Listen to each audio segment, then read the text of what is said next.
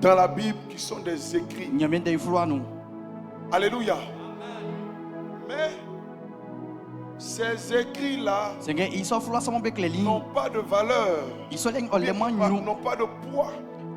Si le Saint-Esprit ne les utilise pas pour répondre à un besoin particulier de nos vies. C'est pourquoi vous devez avoir une vie de méditation de la parole. Un homme de Dieu, après ces mois de deuil de son père spirituel qui nom de Moïse, a reçu la mission de prendre la relève pour conduire le peuple de Dieu dans le territoire que Dieu a promis. Et Dieu dit que dans ce territoire, il y a des géants, il y a des anakim, il y a des gens de la trempe de Goliath. Et nous sommes surpris que Dieu donne à ce personnage qu'il a choisi pour prendre la relève de son père spirituel, après lui avoir dit qu'il y a des géants sur le territoire. Nous sommes surpris que Dieu ne donne pas à ce roi des chars de combat, des stratégies militaires de guerre, qui ne leur donnent pas la sagesse qu'il faut pour fabriquer des épées. Et si à leur temps il y avait la bombe atomique, nous sommes surpris que Dieu ne leur révèle pas le secret de la bombe atomique. Et Dieu appelle son serviteur. Il dit, regarde-moi, aussi longtemps que tu marches dans les pas de ton père spirituel, je serai avec toi. Il dit, fortifie-toi et prends courage. J'imagine que quand Dieu parlait ainsi à Josué, parce que c'est de lui qu'il s'agit, il était tellement content. Il dit, ouais, mon Dieu va me montrer des clés pour que je puisse prendre des territoires. Et il était là, il était prêt. Il s'attendait à ce qu'on puisse lui révéler des formules chimiques. Il s'attendait à ce que le Seigneur puisse lui envoyer des ingénieurs qui soient capables de concevoir des matériels militaires de haut niveau. Il s'attendait à cela. Mais force a été sa surprise de voir que Dieu lui dit, je suis avec toi. Mais voici ce que je vais te donner pour comprendre. Que ce livre de la loi, oh my God, que ce livre de la loi ne s'éloigne point de ta bouche. Il dit, médite-le jour et nuit afin d'agir selon ce qui est prescrit. C'est alors que tu auras du succès et que tu réussiras dans certaines de tes entreprises. C'est ça, non? Oh, tu lis bien ta Bible. Acclame le Seigneur pour toi-même. Il dit, dans toutes. Ah, la com, Dieu vous bénisse. Oh, la com, vous êtes inspiré. On peut acclamer un peu pour la com. Il dit, c'est alors que tu auras du succès dans tes entreprises. Toutes tes entreprises. Alléluia. C'est alors que tu réussiras. Alléluia. Donc dans tes entreprises, toutes tes entreprises, vendre d'articles, vendre de gabao, vendre de cola, vendre de terrain, vendre de voitures, vendre de coco-fou, vendre de charbon. Tout ce qui est une entreprise, tu vas réussir. La conquête du territoire que je mets devant toi, où il y a des démons, il y a des anakim, il y a des gens qui sont des combattants depuis leur enfance. La façon dont tu vas prendre ce territoire, que ce livre de la loi, la première façon de Dieu de se révéler à toi, de permettre que sa voix te parvienne, ce sont les écrits. Famille, les chrétiens ne lisent plus la Bible, hein? Chrétien, on n'a qu'à se réveiller.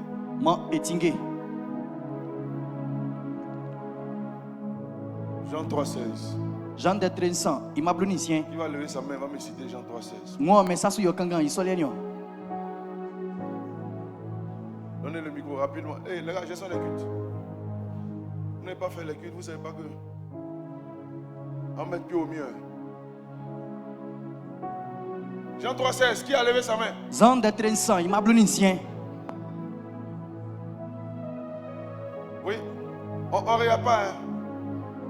Il n'y a pas Pédia. Oui, ma fille. Son micro.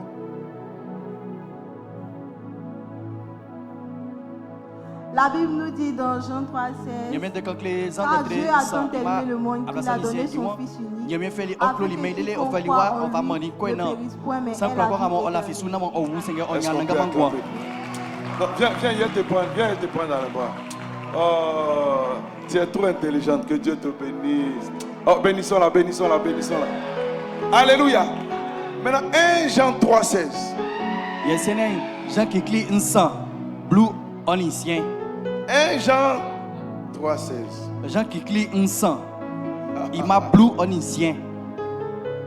Qui va lever sa main? Il y a moi, mais ça soit.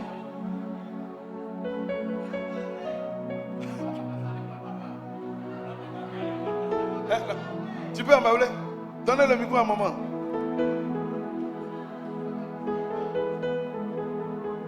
Vous ne voulez pas en français, la maman va vous montrer en baoulé. Dans des chrétiens, ma brise. Afin y a bien clomenele, on fait liwa pour baquer of amani. Quand on prend la fissure, on y a un mangouin. Amen. Maman, Dieu te bénisse. Ça, là, tu as cité Jean 3,16. Que Dieu te bénisse, tu connais. Mais j'ai dit 1 Jean 3. Jean qui clie un sang, il m'a blue onisien. Beaucoup d'entre vous ne savent pas que ces deux versets se complètent. Jean 3,16 et 1 Jean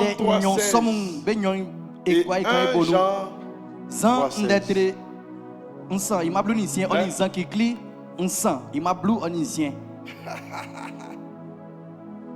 Voilà comment va nous aider. C'est l'implication de Jean 3,16. 1 Jean 3,16 est l'implication de Jean 3,16. On peut lire ensemble. 1, 2, 3. Nous avons connu l'amour en ce qu'il a donné sa vie pour nous. Point. Ça c'est Jean 3,16, non?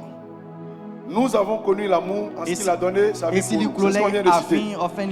Maintenant, qu'est-ce que ça implique? Il dit quoi? Nous aussi, nous devons donner notre vie pour les frères. Les deux versets vont ensemble. Si tu cites Jean 3,16 seulement, c'est incomplet. Une véritable implication de Jean 3,16 dans ta vie. Toi aussi, tu dois aussi donner ta vie pour les autres. Alléluia. 2 Corinthiens 5,17.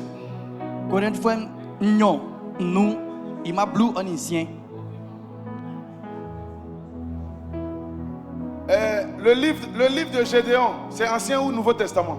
Le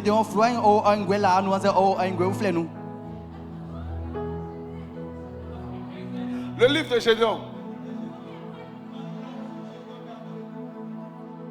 Le livre de Gédéon. Ancien ou bien Nouveau Testament? Qui dit Ancien Testament?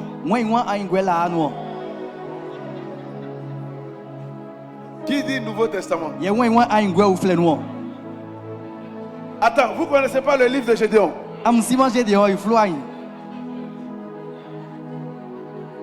Il y en a là, mais il ne lève pas la main. C'est parce que ils ne savent pas quoi dire. Qui peut répondre? Le livre de Gédéon.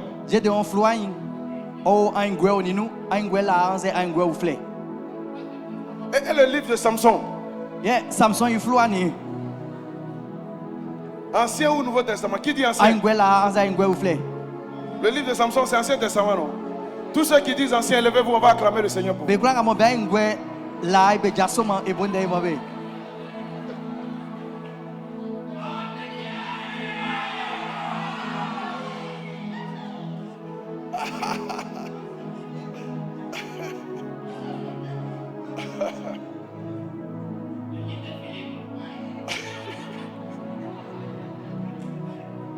Alors, bien entendu, Gédéon, c'est un juge. Bon, des livres des juges.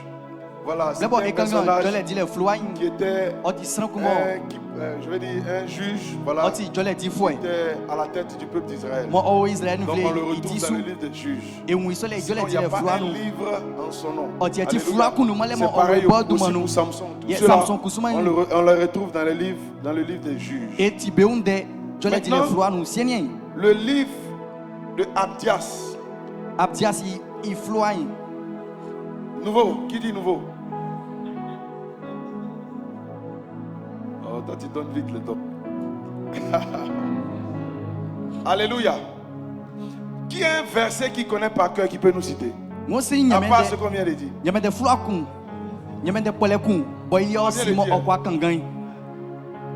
de dire dans 2 Corinthiens 5, 17. Tu connais par cœur un verset? Donnez le micro ici.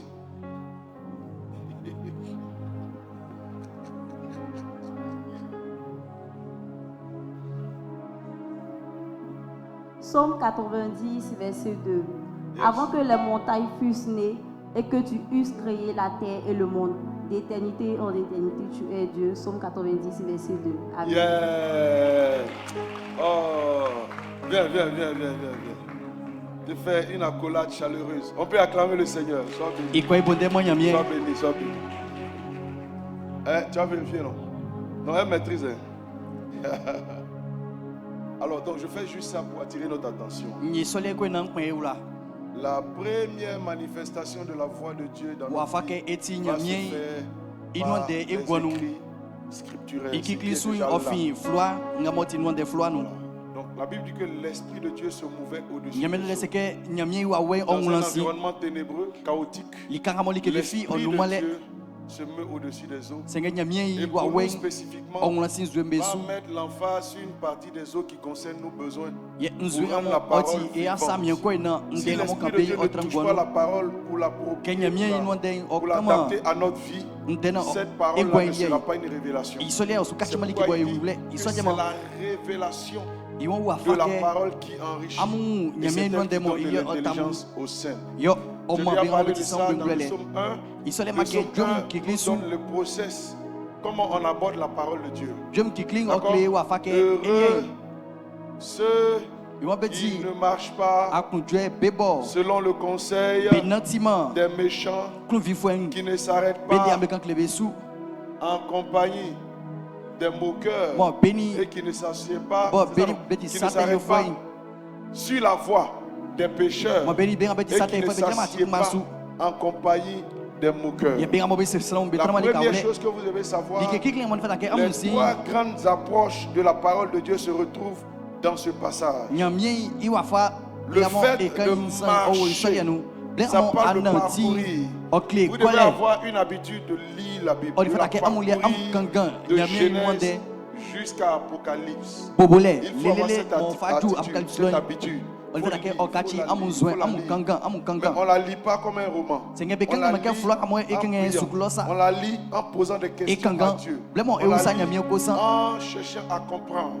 Et à un moment donné, la deuxième partie va se manifester. Dieu va permettre que tu t'arrêtes. Celui qui ne s'arrête pas sur la voie des pécheurs. Le fait de parcourir, c'est la lecture. Mais le fait de s'arrêter, ça parle de, comment on appelle ça? De l'observation. À un moment donné, pendant que tu parcours la parole, l'Esprit de Dieu qui se met au-dessus des eaux va zoomer. Tu vois, parce qu'on ne s'arrête pas partout. Le parcours est long. Mais à un moment donné, pour toi, pendant que tu es en train de lire, il va permettre que tu t'arrêtes quelque part. Tu peux t'arrêter sur un mot, tu peux t'arrêter sur un groupe de mots, tu peux t'arrêter même sur tout le chapitre. Il va permettre que ton esprit soit braqué. C'est ça le sens de l'observation. Tu vas observer quelque chose. Et toujours dans l'esprit de la prière, en posant la question au Seigneur, pourquoi c'est ce mot-là qui retient mon attention? Qu'est-ce que tu veux me dire au travers de ce mot? Et puis l'Esprit maintenant va te parler. Et c'est là qu'on va commencer à rentrer dans la chose, comment on appelle ça? Même dans la deuxième, là, on peut mettre en même temps l'observation et l'interprétation. Les deux vont ensemble. Parce qu'une fois que tu as une observation que tu poses, il va t'expliquer. Alléluia. Maintenant, la dernière partie, c'est l'application. Quand tu t'assois sur quelque chose, tu te mets en contact avec la chose. Donc, à un moment donné, tout ce que tu as observé, qui a été interprété dans ton cœur comme un message pour toi, devient ce qu'on appelle la parole de Dieu. Aussi longtemps que la parole, l'écrit, n'a pas pris une forme particulière pour toi, ce n'est pas encore la voix. Ce n'est pas encore la voix. Alléluia. C'est pourquoi quand vous lisez, vous devez prier. Seigneur, que ta voix sorte des écrits. Qu'est-ce que tu veux me dire? Alors on va faire un exemple. Le dernier point que j'ai dit, c'est l'application. Alors dans ce seul verset que vous voyez, en fonction des besoins de chacun, il peut y avoir des applications, des interprétations différentes. Pour quelqu'un, par exemple, il dit heureux l'homme qui ne marche pas selon le conseil des méchants. Alléluia. Pour une personne, par exemple, Dieu peut vouloir dire, alors que tu lui poses la question, il peut vouloir dire, la personne avec qui tu as commencé à marcher a fait de l'amitié dans le but de vous marier. C'est pas la bonne personne. Actuellement, elle est en train de te dire non, moi je n'ai pas de problème avec le fait d'aller à l'église. Tu peux garder ta religion, moi je garde ma religion.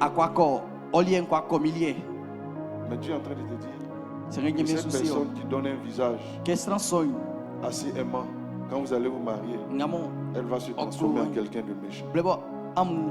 Dieu pourrait te dire que ce n'est pas une personne avec laquelle tu dois faire l'amitié, tu dois marcher. En fonction de ton besoin, la parole devient personnelle. C'est comme ça qu'on sort des méditations en disant Dieu m'a dit. Dieu m'a dit. Dieu parle au travers des écrits. Pour une autre personne, Dieu peut vouloir te dire la personne avec qui tu t'es engagé pour faire le projet ensemble, ce n'est pas la bonne personne. Elle a de mauvaises intentions. Elle veut te gruger. Alléluia. Pour quelqu'un, Dieu peut vouloir te dire de façon claire, à partir du moment où tu entends ma voix, il faut te séparer avec toute telle ou telle personne. Alléluia. Alléluia. Donc, cette seule parole-là peut avoir plusieurs interprétations en fonction du besoin de chacun. Ou même cette parole-là peut vouloir parler à toi-même en disant toi-même là, il faut être une personne de moins en moins égoïste. Tu es trop méchant. Le fait que tu n'aies pas voulu répondre aux besoins de ton frère pendant que tu pouvais le faire, tu es une personne méchante. Il faut te corriger. Voilà. Donc voici une simple parole, mais qui peut être interprétée de façon diverse en fonction des besoins que le Saint-Esprit connaît de chacun. Alléluia. Alléluia. Amen. Pour quelqu'un, le Seigneur peut en train de te parler de ses collègues du travail. Où il y a une atmosphère où on critique le patron. Ce passage-là pourrait dire dans leur calomnie, leur atmosphère où pendant la pause, on se retrouve. Donc voici un passage qui est là, qui paraît simple. L'Esprit de Dieu peut réunir ça et lui donner plusieurs ramifications, plusieurs interprétations en fonction de nos besoins. Mais si on n'a pas une relation avec la parole, comment ce genre de révélation vont nous parvenir? Qui a sa Bible en papier? Levez vos Bibles en papier en bas.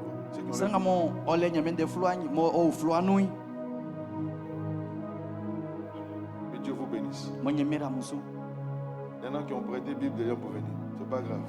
Mais au moins c'est bon. Mais il faut acheter ta propre Bible. Alléluia. Il faut acheter ta propre Bible. Le temps qui arrive là, ce ne sera pas évident. Internet là, c'est pas nous on a créé.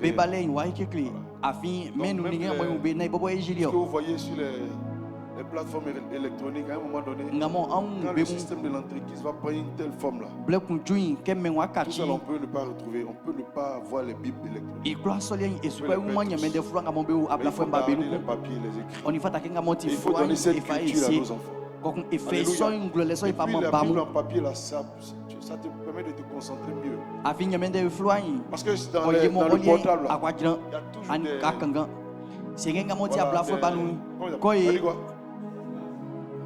voilà des identifications. C'est-à-dire tu peux être distrait très facilement. Pour l'instant, ça a son avantage parce que ça te permet de faire certaines recherches. Donc c'est pourquoi rien ne doit remplacer l'autre. Tu dois avoir la Bible écrite. Mais tu dois avoir aussi les Bibles électroniques. Alléluia. Que ce livre de la loi ne s'éloigne point de ta bouche. La méthode que Dieu t'a donnée pour que tu réussisses dans toutes tes entreprises, c'est d'avoir une relation avec sa parole. La clé se trouve ici.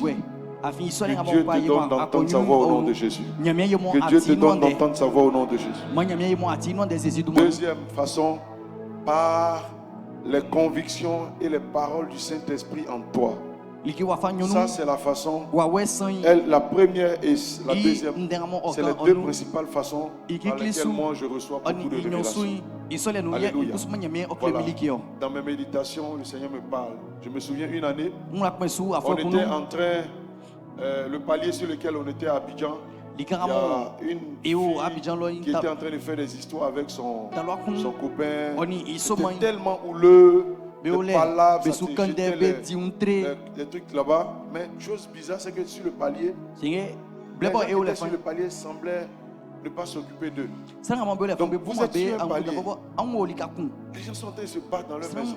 Vous venez à peine d'arriver sur le bâtiment. En tant que serviteur de Dieu, ça vous dérangeait quoi? Donc on allait taper pour voir ce qui se passait, pour essayer de vraiment les calmer parce que c'était vraiment dérangeant.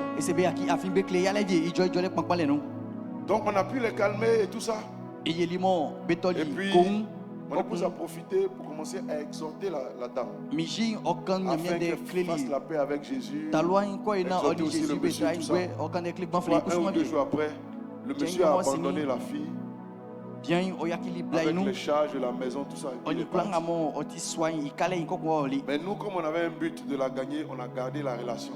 Et puis, on la visitait régulièrement. On priait avec elle. On lui parlait de Jésus qui est fidèle. On a foi dans le Seigneur et tout ça. Et puis, comme elle ne pouvait pas payer les arriérés que le monsieur a laissés, elle était obligée de chercher une autre maison. Et puis bon, le Seigneur a permis qu'elle ait une autre maison quelque part. Mais c'était aussi toujours challengeant pour elle parce que puisqu'elle n'avait pas de revenus stables, elle ne pouvait pas régler les loyers.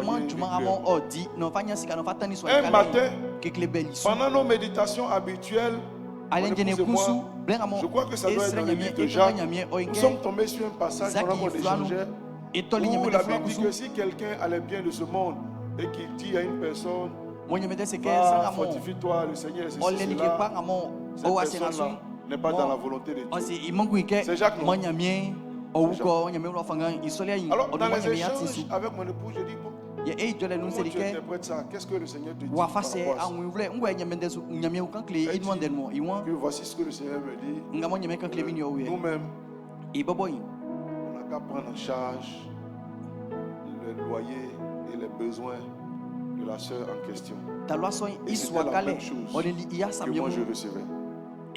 Vous voyez comment quand l'Esprit prend une parole, ça devient quelque chose. Humainement, quelle est la relation entre ce passage et puis la sœur Gladys? C'est pour ça qu'il faut prier que Dieu te parle. Un passage qui paraît, Dieu peut te donner une révélation personnelle. Donc on a compris que le Seigneur est en train de nous dire que nous-mêmes, on devait prendre en charge sa maison. Juste par les méditations. Donc le soir quand on lui a rendu visite, parler avec elle, l'encourager, on lui a dit, voici ce que le Seigneur nous a dit. On te parle d'un Dieu qui est fidèle, non? comprennent ton loyer en charge régulièrement. Alléluia. Jusqu'à ce que, bon, en tout cas, le Seigneur te donne du repos jusqu'à ce que tu aies la capacité de payer. Lorsqu'on l'a dit ça à la sœur, il dit, onction qui est tombée ici, ce jour-là, je ne sais pas si elle a parlé en langue même. Ça a été quelque chose qui l'a tellement soulagé. Et ça a ouvert son cœur davantage pour les âmes que nous étions en train de lui prêcher. Sinon, jusque-là, on lui parlait de Jésus. Mais parce que Dieu nous a parlé et qu'on a obéi, elle s'est ouverte davantage. Elle s'est même baptisée.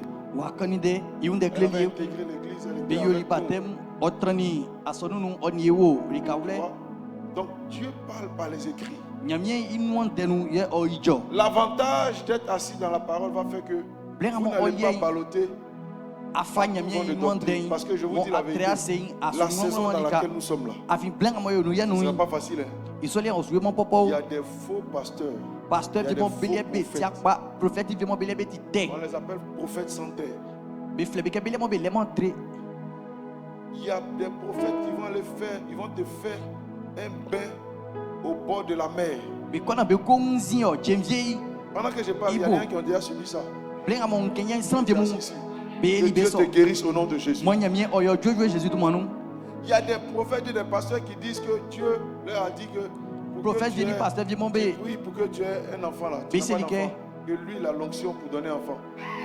Et que si vous couchez ensemble, tu vas avoir un enfant.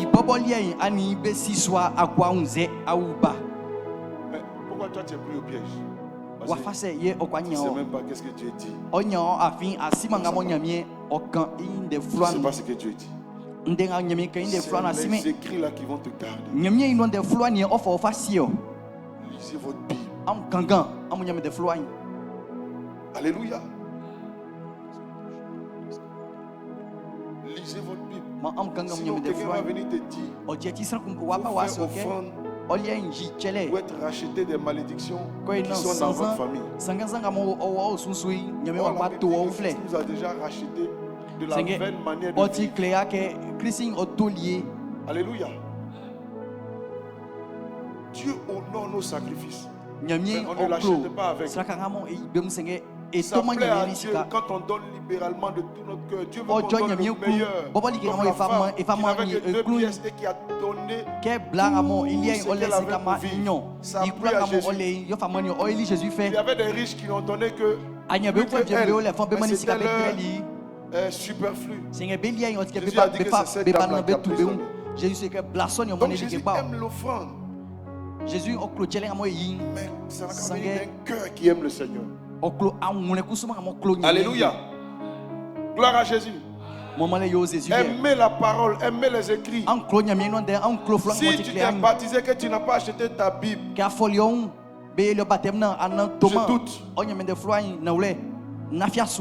Je doute.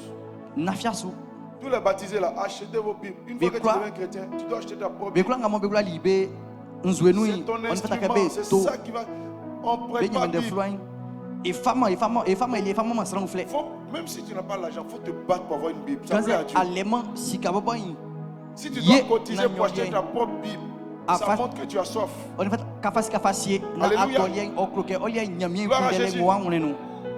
Méditez. Il dit que ce livre de la loi ne sorte pas de ta bouche. Médite-le jour et nuit. Je sais qu'il y a plusieurs parmi nous, vous méditez le matin, mais la nuit,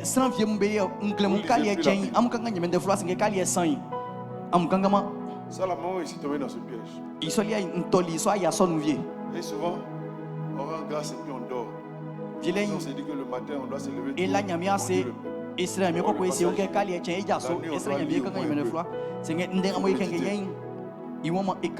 Alléluia. Il dit jour et nuit. Ton approche vis-à-vis de la parole, ça doit être au moins 2 fois. Alléluia. Si tu n'as pas les écrits en toi, pas les eaux de la parole en toi. Si où est-ce que le Saint-Esprit va zoomer pour te parler? C'est pourquoi beaucoup d'entre vous, lorsqu'on vous demande de venir parler de la part du Seigneur, vous ne pouvez pas. Parce qu'il n'y a rien sur lequel vous allez appuyer. Voyez non? Mais ce qui est en toi là, ça sort naturellement. Dès qu'on te pèse comme ça, ça sort. Que la parole de Dieu soit en vous au nom de Jésus. Il dit que la parole de Christ habite abondamment au milieu de vous. Entretenez-vous par des hymnes, des psaumes. La parole de Dieu doit meubler nos entretiens. Arrêtez d'avoir des entretiens de béret. Ayez des entretiens appuyés sur la parole. Arrêtez des entretiens de commérage. Vos entretiens doivent être meublés par des choses qui sont spirituelles pour ce qui vous donne d'avancer et qui font du bien à votre âme. Arrêtez de prendre votre maison pour faire le lieu de rendez-vous des personnes qui sont fâchées contre le pasteur. Vous te fâchez contre moi, ça fait quoi? Moi, il n'est rien contre toi. Rien fait si tu es fâché. Moi, mais il sait que tu n'as rien fait. Maintenant, peut-être je peux avoir fait quelque chose sans le savoir. Mais je ne le sais pas. Mais si moi-même je sais dans mon âme et conscience que je peux faire quelque chose, moi j'avais te demander pardon. Mais tu es là, tu te fatigues toi seul. Moi je ne sais même pas. Donc viens voir le pasteur. Et tu vas voir combien de fois qu'on va parler. Tu vas voir que c'était une incompréhension. Voilà, le voile va tomber. Il y a eu plusieurs cas comme ça. Il y a des gens qui ne sont pas venus me voir et qui ont commencé à interpréter des choses en fonction de ce qu'ils ont entendu. Des gens, quand le pasteur parle dans la réunion et qui vont faire des rapports là-bas, c'est quoi leur intention? Si on t'a dit ça, c'est à toi de venir vers le pasteur pour voici ce que j'ai appris, que tu as dit de moi. Et tu vas voir. On va échanger, tu vas voir que c'est une incompréhension. Alléluia. Je ne sais même pas pourquoi je parle de ça. Peut-être que Dieu veut aider quelqu'un. Bakpatoya n'est pas bon. Le ministère Bakpatoya. Il y a des sœurs, elles sont spécialistes de béret. Souvent, il faut taper sur la bouche de la copine. Vous dites, je n'ai pas besoin de ça. Alléluia. Est-ce que tu es là? Donc, deuxième, la voix du Saint-Esprit en vous. Ne sous-estimez pas vos intuitions. Ne sous-estimez pas ce que vous ressentez. Moi, c'est une façon par laquelle le Saint-Esprit me parle. Il y a des fortes convictions qui me montent à cœur. Il y a des voix intérieures qui me disent ce que je dois faire. Et ça, il faut prendre ça à cœur. Alléluia. Troisième, par la prédication de l'évangile. Et souvent quand on entend de prêcher la parole, si tu discernes, tu entends la voix de Dieu qui est en train de te parler. Quatrième, par les prophéties. Alléluia. Cinquième, par des songes et des visions. À qui Dieu parle beaucoup par un songe et en vision. Les songeurs et les visionnaires. Levez bien vos mains. Que Dieu amplifie au nom de Jésus. Que Dieu amplifie. Ne méprisez pas vos songes. Ne méprisez pas vos visions. Ne méprisez pas les choses que le Seigneur vous montre. Ça peut être une voie que le Seigneur trace pour vous. Pour vous montrer le chemin ou bien pour aider quelqu'un qui t'y amène à cela. Sixième. Est-ce que en Olé, vous êtes là? Sixième, les signes et les coïncidences étranges. Il y a souvent des signes, des coïncidences étranges qui sont la voix de Dieu pour toi. Alléluia. Septième, les circonstances et les situations. J'ai donné cet exemple au premier culte. Tu as prié le Seigneur pour qu'il t'ouvre une porte, le travail et tout ça. Quand tu pries, il faut être sensible. Tu vas te parler par les circonstances. Tu es en train d'aller dans un bureau. À peine tu veux toquer pour entrer dans le bureau. Il y a quelqu'un qui est en train de sortir du bureau. Il l'ouvre. Il te laisse passer et puis il ressort. Ça pourrait dire que Dieu t'a exaucé. Les jours à venir, il va ouvrir une porte pour toi. Alléluia. Tu pries pour avoir un enfant, tu demandes au Seigneur tout ça. Et la voisine, 1 ou 2 jours après, elle dit, voici, regarde mon enfant, je vais aller gérer un truc en ville et puis je reviens. Dieu serait en train de te dire que les jours à venir, ton ventre sera béni d'un enfant. Reçois cela au nom de Jésus. Si tu es marié.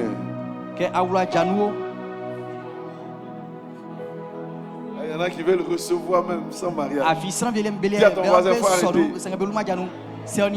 Alléluia. Dieu utilise les circonstances pour nous parler. Au premier culte, il y a une sœur qui a donné son témoignage. Elle dit, elle était allée passer un concours et puis elle était dans la file. Il y avait tellement de personnes. Et puis elle était vraiment sur son talon. Et puis il y a un monsieur qui l'a remarqué. Il dit, mais toi tu viens ici en talon. Et puis il a retiré du groupe. Et puis il a fait entrer. Pendant qu'elle était loin, c'est un signe que Dieu voulait lui dire qu'il a favorisé par rapport à ce concours. Effectivement, elle a eu le concours. Alléluia. Donc soyez attentifs aux circonstances de vos vies. Quand vous priez, Dieu peut utiliser beaucoup de choses. Souvent, Dieu peut utiliser un fou. Vous avez Dieu peut utiliser un fou pour vous parler. Oui, oui. Alléluia. Dieu peut utiliser un fou.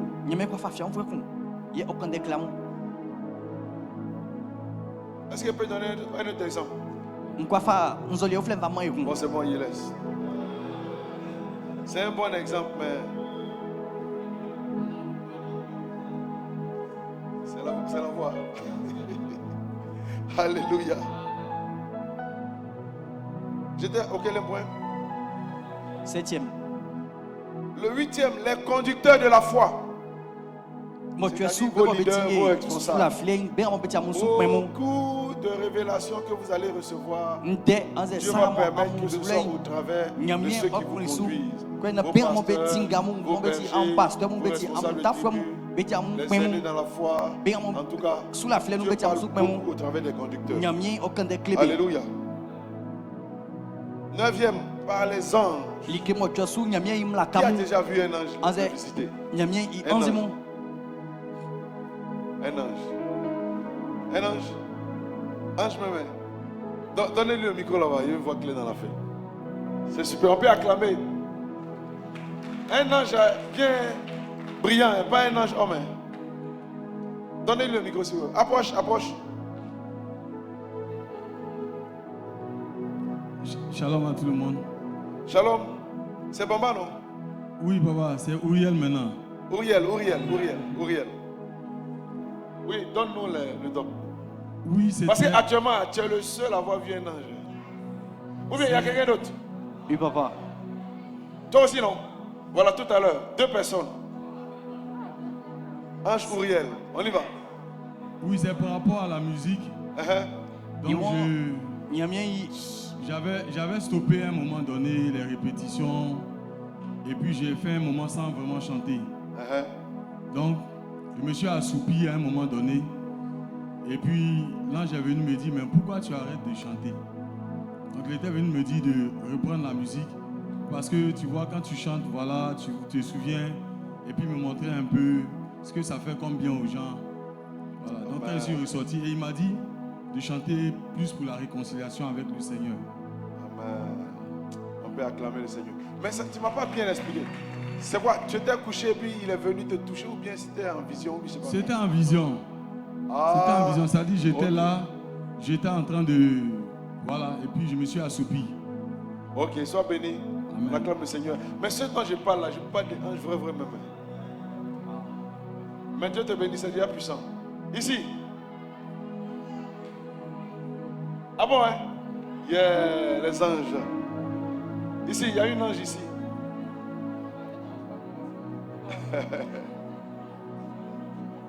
Allez-y rapidement, s'il vous plaît. Papa, moi, c'était à Daloa. J'étais allée avec mon responsable Cédric pour le Milo Bloom Tour. Et j'étais couchée. Oui. J'étais couchée avec Chéra. Et j'ai eu une songe où il y avait un monsieur qui rentrait dans la maison. Il était en train de rigoler. Il voulait nous faire du mal. Et où je me suis réveillée. Mais j'étais couchée face au miroir. Et j'ai vu qu'il y avait 2 lumières qui étaient arrêtées derrière Chéra qui était couchée. Et ils ont dit au monsieur que donc tu penses qu'elles sont couchées là, il n'y a personne pour les protéger. Et c'est comme ça qu'il s'est retourné. Et je me suis réveillée, j'avais une douleur ici. Et on a prié, après la douleur est passée. Je peux acclamer le Seigneur. Que cette semaine des anges soit activée en votre faveur pour vous protéger, pour vous garder. Parce que vous avez entendu ce témoignage que Dieu active des anges en votre faveur au nom de Jésus. En fait, c'est une manifestation de la voix de Dieu qui existe, mais ce n'est pas fréquent. Mais sinon, ça existe. Oui, mon fils. Vous avez le micro là-bas, non?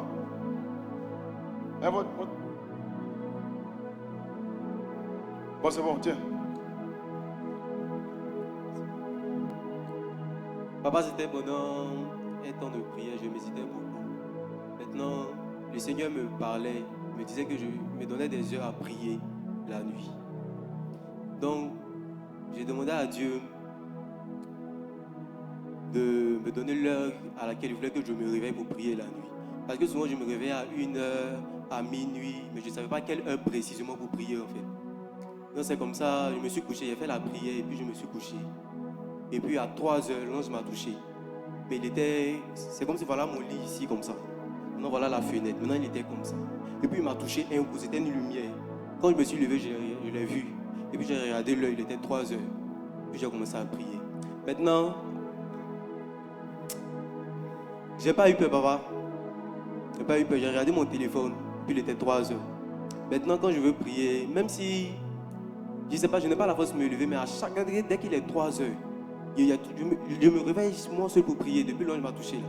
Je me réveille moi seul pour prier à partir de 3h. Lorsqu'il est 3h. Donc un ange est venu le réveiller pour prier. Toi-même quand il y a un ange, tu as tourné 2 fois, 3 fois, 4 fois. Tu as fermé ta tête. J'ai refusé cela sur ta vie au nom de Jésus. Un ange, donne le micro ici.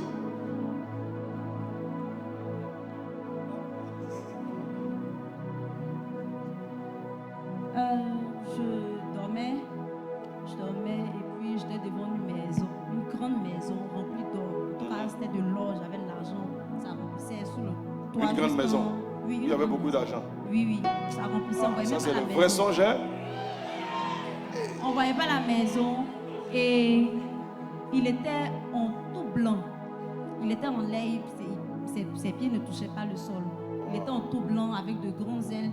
Maintenant, je n'arrivais pas à bien le regarder. C'était comme s'il y avait une forte lumière autour de lui. Souvent quand le soleil sort là, je ne peux pas regarder le soleil, c'est comme ça. Donc dès que j'ai vu net, je me suis réveillée. Waouh! Que Dieu te bénisse. Que vous ayez des apparitions surnaturelles au nom de Jésus. Donne-moi un puissant amen. La 10e façon, c'est des voix audibles qui vous parviennent. C'est une expérience assez rare, mais tu peux entendre distinctement la voix de Dieu. Dans la Bible, dans le Nouveau Testament, qui a entendu distinctement la voix de Dieu comme ça? Hein? Jésus même. Celui-ci est mon fils bien-aimé en qui j'ai mis. Voilà, maintenant, Paul. Les gens qui étaient autour n'entendaient pas, mais Paul entendait. Pierre, Jacques et Jean sur la montagne de transfiguration. Où Dieu a présenté Jésus. Donc ça existe. Zacharie aussi, ça existe. Donc tu peux entendre une voix audible. Les autres non, ils doivent percevoir, mais toi tu entends que Dieu est en train de te parler. Entrez dans ces expériences au nom de Jésus. Que Dieu vous accorde cette grâce. Alors, ce que je viens de partager avec vous, ce n'est pas mon thème du jour. Alléluia. Est-ce que je peux commencer mon thème maintenant?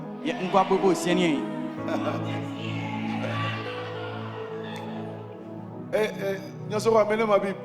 Donc, mon fils. Prenons notre livre, notre Bible, dans 1 Samuel 3, je vais introduire, hein, soyez rassurés. Il y en a qui ont mis les sauces graines là-bas. Soyez rassurés. Alléluia. Alors, souvenez-vous du message, nous sommes en train de parler de comment entendre la voix de Dieu pour notre section. Alors, dans 1 Samuel 3, il s'est passé une histoire qui nous fait réfléchir. Je rappelle que le livre de Samuel, c'est le deuxième livre du Nouveau Testament. C'est ça, hein?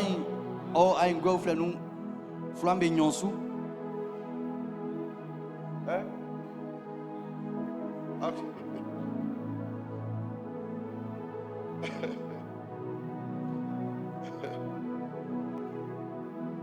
Après quoi?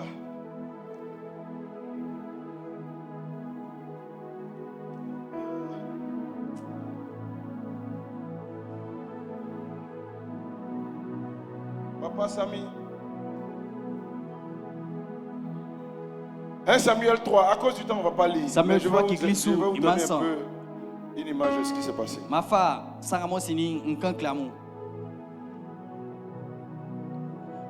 Le juge Élie, un très grand juge en Israël, il avait 2 enfants, Hophni et Phinehas. En tout cas, Élie n'a pas eu un mauvais témoignage. Et il élevait aussi un fils adoptif qui était Samuel. Vous vous souvenez, sa maman était allée chercher Dieu à Silo. Et puis Dieu lui a donné l'enfant. Elle a prêté l'enfant à l'Éternel. Donc cet enfant, Samuel, était aussi sous la responsabilité d'Élie. Donc c'était son fils. Mais Élie avait 2 fils biologiques. Qui méprisait les offrandes, qui mangeait l'argent de Dieu, qui cherchait les femmes dans l'église. Et comme ils avaient un mauvais comportement dans la gestion de l'église, et que leur père n'a pas été très dur avec eux, sévère pour les corriger, Dieu a décidé de juger Élie. Et pour ça, Dieu a décidé même de se laisser prendre par l'armée ennemie. La gloire de Dieu était bannie d'Israël. On dit l'atmosphère était telle que Dieu ne parlait plus en Israël. C'est ce que le passage essaie d'expliquer en disant le jeune Samuel était au service de l'Éternel devant Élie. Et la parole de l'Éternel était rare en ce temps-là. Et les visions n'étaient pas fréquentes. Tu vas consulter Dieu pour ton mariage. Silence radio. Tu vas consulter Dieu pour savoir si tu dois faire des affaires avec tel monsieur. Silence. Tu vas consulter Dieu pour savoir si le frère qui chante là, qui est venu te faire la cour là, c'est un bon frère. Dieu ne parle pas. Donc imagine des mariages qui se sont faits sans entendre la voix de Dieu. Imagine des décisions que les gens ont prises sans que Dieu ne leur parle. On dit la voix de Dieu était devenue rare. Quelle déchéance. Quel environnement de ténèbres. Si Dieu ne nous parle plus, à quoi c'est notre vie? Notre vie n'a de sens que quand nous sommes orientés par Dieu. L'absence de la voix de Dieu est le signe des ténèbres qui règnent. Quand Dieu ne parle plus, ce sont les ténèbres. C'est pourquoi il dit les ténèbres couvrent le peuple, l'obscurité sur les nations. Mais il dit sur toi, sa gloire va apparaître. Alors dans cet environnement de ténèbres où Dieu était fâché contre Israël, où la voix de Dieu ne parlait pas, Dieu a porté ses regards sur un jeune homme du nom de Samuel. Je vois Dieu porter ses regards sur toi. Je vois Dieu porter ses regards sur toi. Le monde dans lequel nous vivons est un monde comme des Hébreux compliqué. Le monde est devenu de plus en plus difficile. Mais il dit sur toi, sa gloire apparaîtra. Je prie que Dieu te localise. Je prie que la voix de Dieu te parvienne. C'est dans cet environnement-là. Dieu appelle l'enfant. Et même Samuel on dit, ses yeux ne voyaient plus. Mais c'est que Samuel au moins c'est con. Samuel ne voyait plus. C'est pas seulement une vision physique. Non, amon oti et ni soulenyo sangé un message spirituel.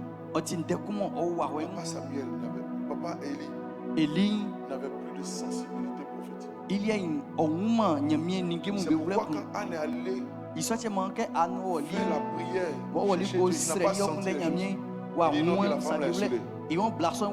Il n'a pas senti que la femme était en train de chercher le Seigneur. Il a assis là, il voit la femme prier. Il a voit gémir. Ses yeux physiques ne voient pas peut-être. Mais il n'a plus la sensation des choses. Il dit, oh, c'est là. On fait passer ton verre. Il dit, non. Homme de Dieu. C'est pas une histoire de bocoliser. Hein. C'est chaud 6 mois. Je suis venu répandre mon âme. Papa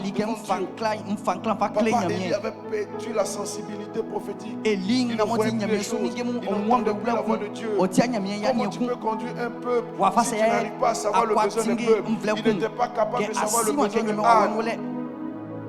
Donc l'environnement était vraiment compliqué. Et c'est dans un tel environnement que Dieu décide de porter ses regards sur Samuel. Que tu sois le Samuel de ta génération. Que tu sois le Samuel de cette saison. Que tu sois le Samuel de cette saison. Dans le nom de Jésus-Christ. Et pendant que l'enfant était couché dans le temple, il était couché dans le temple. Près de l'arche de l'alliance. Et on dit la lampe était encore allumée dans la maison. Le Saint-Esprit dans la nouvelle alliance ne disparaîtra jamais. Tu peux avoir péché, mais la lampe est encore là. La lampe est encore là. Tu peux avoir des défis, mais fais comme Samuel. N'abandonne pas la maison de l'Éternel.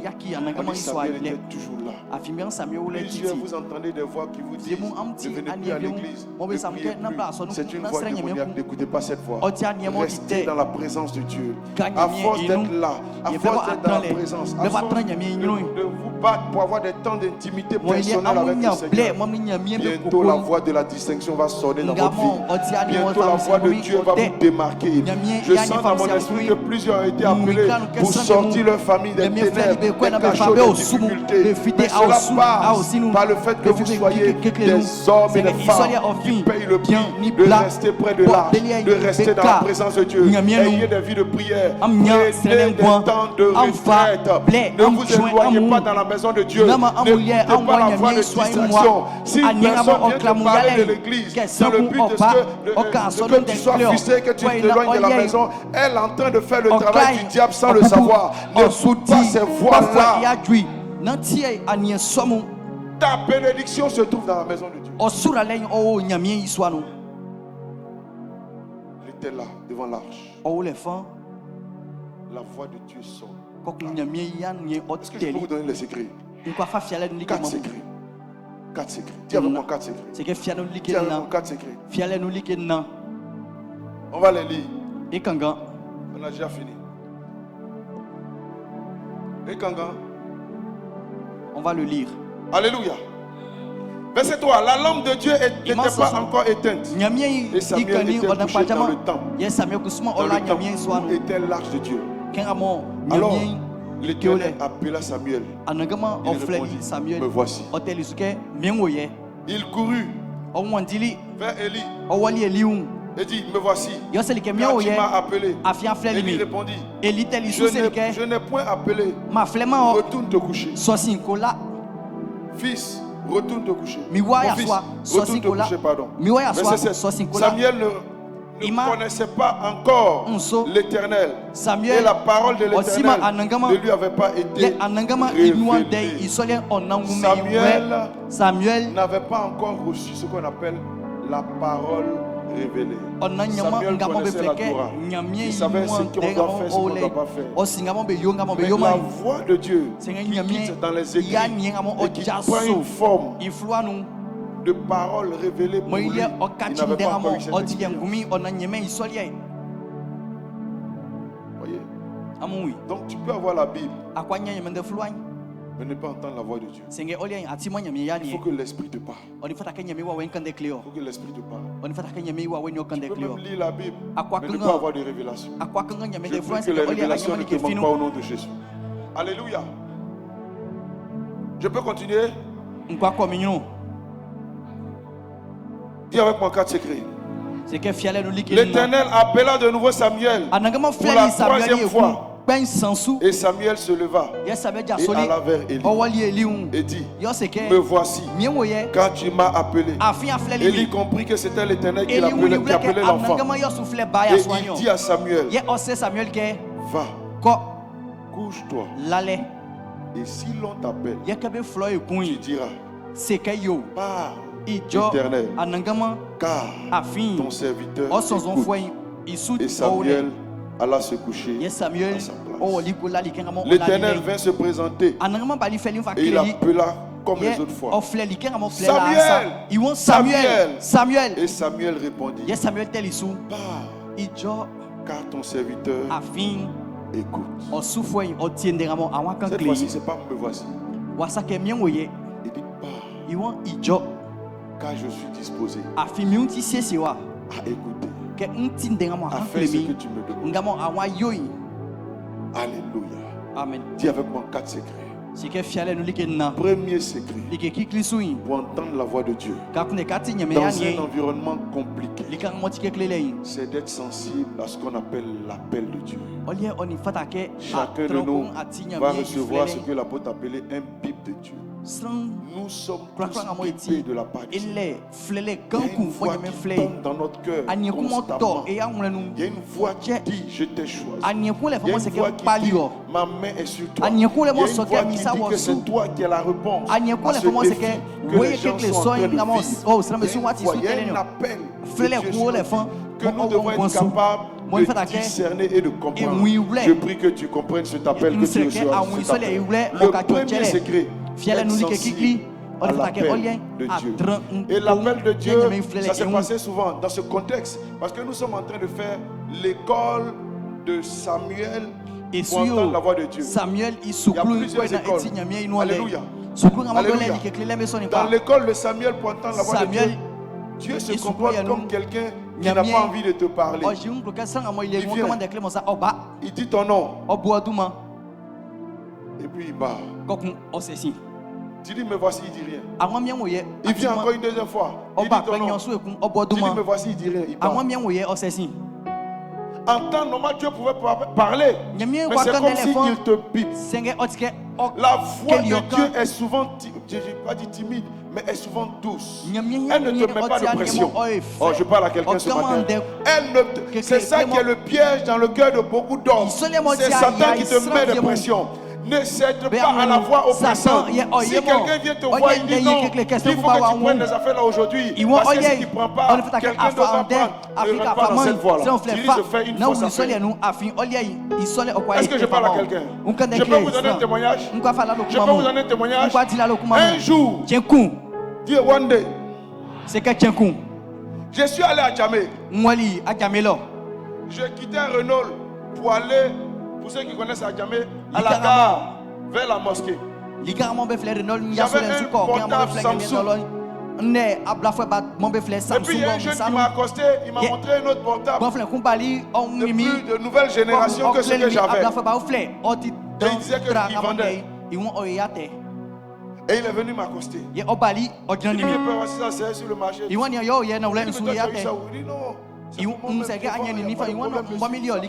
c'est de me rassurer. Et puis il dit: c'est combien? Il me donne un prix là.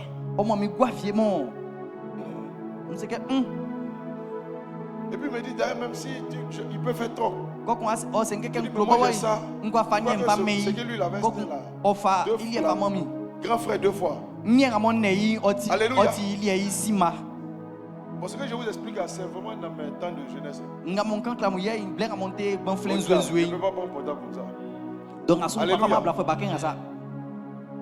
Et il me met la pression. Il faut faire vite. comme je ne voulais pas voir les regards des personnes, on allait dans un petit coin là-bas. Je regarde le portable, je regarde bien, ça marche et tout ça. Puis maintenant, il faut faire vite, Il dit, mais attends, j'ai regardé. C'est bon, hein? Il faut emballer. Il prend le portable. Il emballe devant mes yeux. Il emballe devant mes yeux. Rapidement et puis il me donne. Il dit c'est bon, hein? Moi aussi, j'enlève ma puce, je fais un truc, j'efface ce que je dois effacer, tout ça. Et puis, le complément que je veux mettre là, je mets dessus, puis je le donne. Allez, me mettre dans un coin, je viens de faire une très bonne affaire.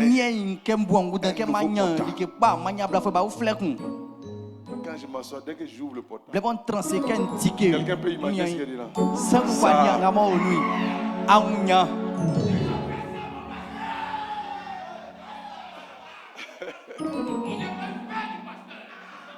Bon, il n'était pas encore pasteur.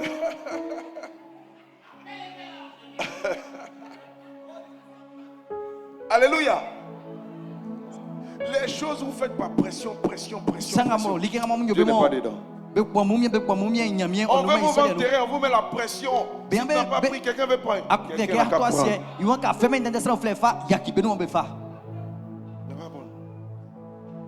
Pour moi là. Dieu va permettre que ça arrive. Prenez garde aux pressions. C'est ça qui est le problème avec la voix de Dieu. Elle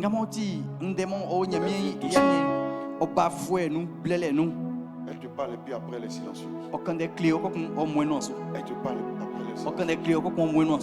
Elle te donne des images. Et elle ne te met pas la pression. Elle peut te donner le nom du frère. Sans pression. Mais la voix n'a pas encore totalement parlé. Ce que tu dois faire, c'est de prêter attention à l'appel. Surtout, faut pas renoncer à l'appel de Dieu.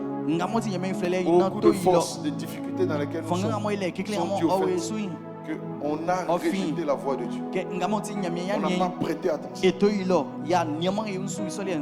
Beaucoup d'entre nous, les promesses ne s'accomplissent pas. Les promesses sont pas fausses. Les prophéties ne sont pas fausses. Les prophéties sont vraies. Mais c'est parce que nous n'avons pas fait attention à la voix de Dieu qui, en cette année 2026, a essayé de nous créer un chemin pour l'accomplissement des prophéties. Nous sommes sortis de la voie dans laquelle le Seigneur nous a mis. Et on est étonné que les prophéties ne s'accomplissent pas. Il y a des personnes ici, là, vous ne venez pas à l'église régulièrement. Vous mettez ça sur le prétexte du travail. Or, si vous vous organisez, vous pouvez faire le premier culte et puis aller au travail après.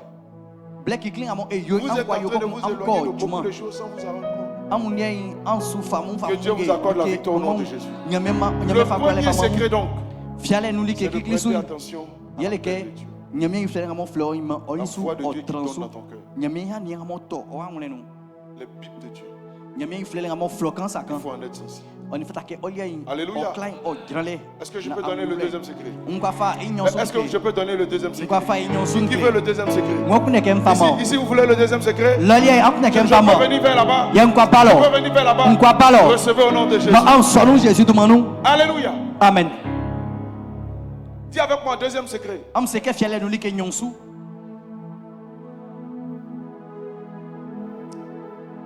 Bon, c'est fini, j'arrête aujourd'hui.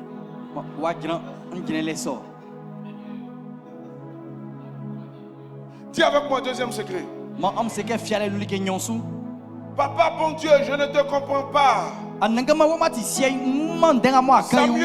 Samuel. Quoi? C'est vers Élie que tu parles. Après que Dieu t'ait parlé. Ça veut dire que la voix que Dieu a utilisée ressemblait à la voix de qui?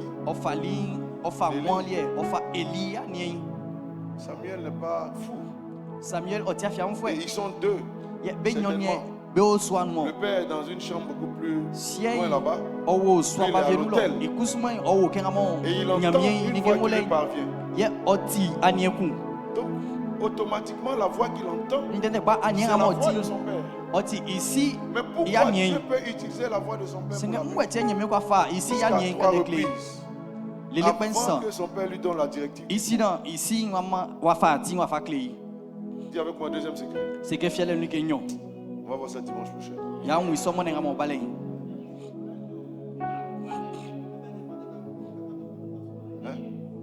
Oh, ils n'ont qu'à arrêter de nous fatiguer. On paye 1 million ici, quel conseil? Là, je devais faire. On devait faire notre cuit de. Non. Les gars, tout à l'heure, on va faire offrande. Il faut qu'on quitte ici.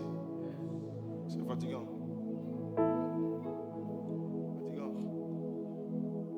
Ne me fatiguez plus à ça. Alléluia. Bientôt, ils vont nous chercher les torches. Alléluia. Est-ce que vous êtes là? Le deuxième secret s'appelle l'ancien sentier. Pourquoi? Papa Samuel n'avait plus de vision. Papa Samuel, et si vous lisez la suite, pourquoi Dieu appelle l'enfant?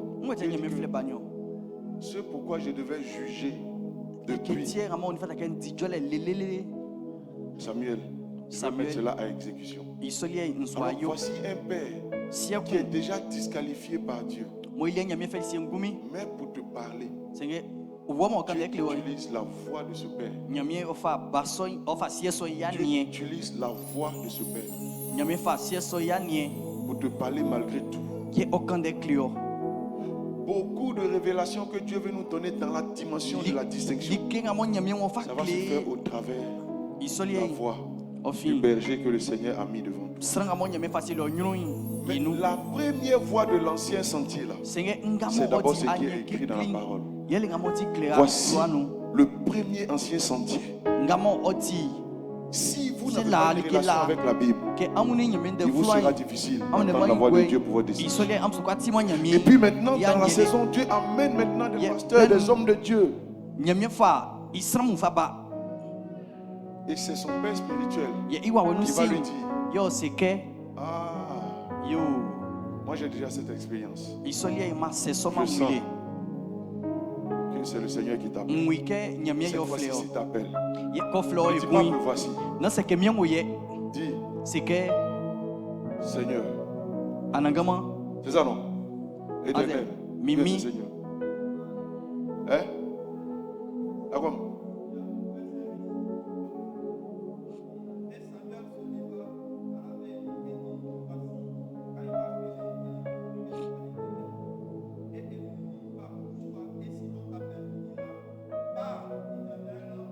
Serviteur, écoute.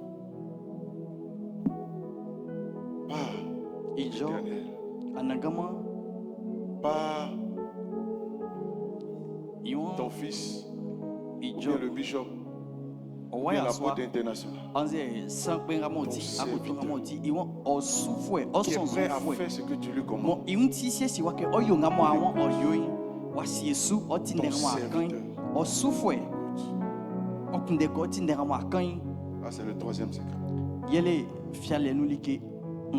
a des prédispositions que quand Dieu voit en nous, ça l'encourage à mettre le Bible sur nous et à nous choisir dans cette vie. Un brisé qui renonce à lui-même.